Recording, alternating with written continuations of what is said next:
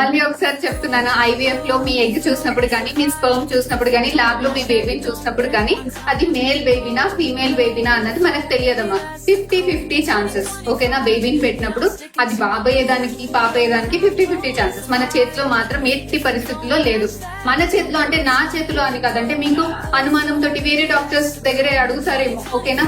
So ఏ doctor చేతిలో కూడా లేదు. మన పరిస్థితుల్లో కూడా ఎవరికైనా ఇక్కడ కూర్చున్న వాళ్ళకి అలాంటి అపోహలు ఉంటే, అంటే ఒక సెంటర్ లో కొంతమంది డాక్టర్స్ అంటే ఫ్రాంక్ గా ఓపెన్ గా చెప్పేస్తారు, కొంతమంది అంత ఓపెన్ గా చెప్పనప్పుడు అన్నెసరిగా మోసప్ అయితే పోకండి. అట్లాంటివి అయితే ఎక్కడ ఉండదు. ఫస్ట్ ఐవీఎఫ్ లో సక్సెస్ రేట్స్ ఆర్ నాట్ 100% అమ్మా.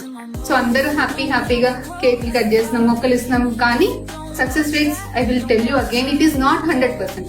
తీసాక మీ ఎగ్ ఎట్లా ఉంటుంది, స్పర్మ్ తోటి కలిపాక మీ బేబీ ఎలా ఉంటుంది, దాన్ని బట్టి మీ సక్సెస్ రేట్స్ డిసైడ్ చేయాల్సింది ఉంటది.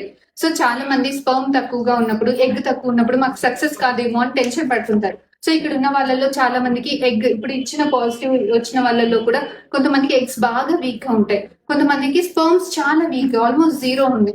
అయినా కూడా వాళ్ళ ఓన్ ఎగ్ తోటి, వాళ్ళ ఓన్ స్పర్మ్ తోటి కూడా మనకు చేసే టెక్నిక్ మన దగ్గర ఉంది. ఓకేనా?